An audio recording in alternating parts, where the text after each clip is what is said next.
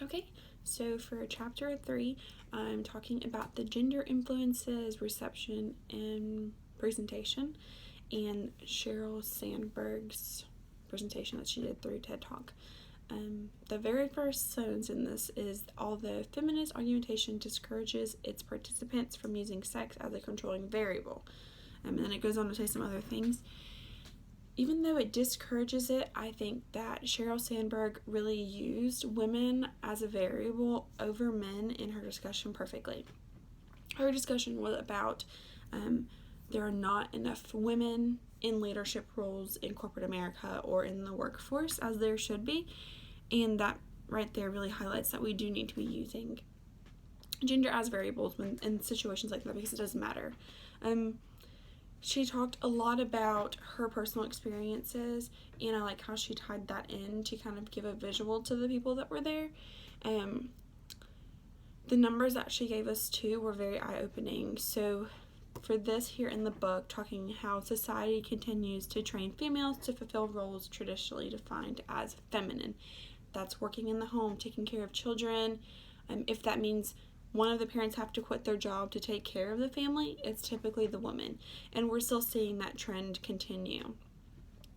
She also mentioned that if there are two working parents in the family, the male and the female, if their workloads at work are similar, the woman is still contributing 3 times more of her energy at home than the man. So that's interesting to see that even though they are in these leadership roles or they are in higher ranked positions, putting in just as much work, if not more work, away from home and in the office as the men, they're still putting in more time at home. I think it's also interesting how she brought up the point where women pre-plan leaving. And I think for her it was don't leave until you're gone. I think that's what her situation or her topic that she used was. And that was interesting to me because as a woman, I always thought about when I got married, I would have kids, and if I had to stay home and take care of the kids until they started school, that's the role that I would have. And listening to her TED Talk, it encouraged me to really understand that I'm not the only one that would have to stay home. I'm not the one that would have to give up opportunities and excel my career if I didn't choose to, and that the man in my life should be able to do that as well.